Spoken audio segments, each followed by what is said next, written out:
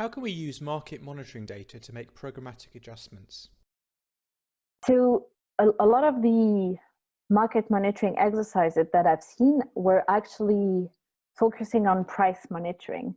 And practitioners, they tend to shoot a bullet in their own feet, making it harder to use the results of market monitoring because the ambition is to collect prices information about 40, 50, 60, 70 commodities. So the time it takes to collect data actually makes it to collect data, analyze data, make the information you're collecting out to date, hence harder to use to inform programmatic decision. The successful example that I've seen are market monitoring, which were less ambitious in terms of the scope, but we're actually going beyond just price monitoring.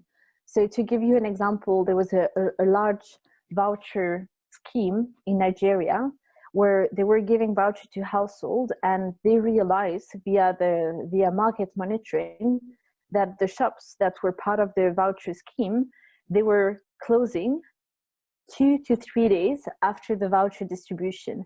Hence, they were not available anymore and not open anymore for the non-targeted household. And via the market monitoring, they realized that access to market for non-targeted household was reduced.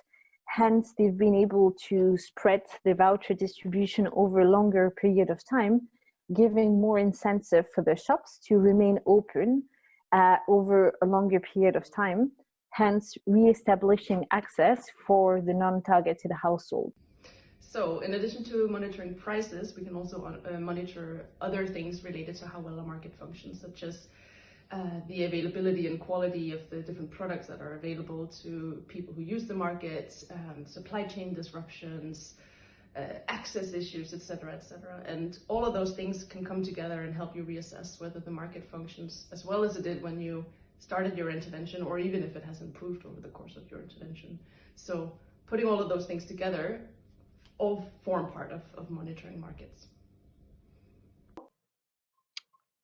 I feel that this is something that we don't do particularly well in many organizations. I feel that we tend to collect price data without actually understanding what it means.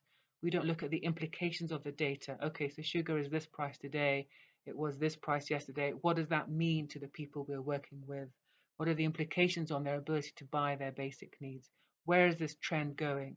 I'm much more in favor of trends and trend analysis when it comes to things like prices, because it's those trends we have to try and understand and then think ahead as to how we need to adjust our programs accordingly, if at all.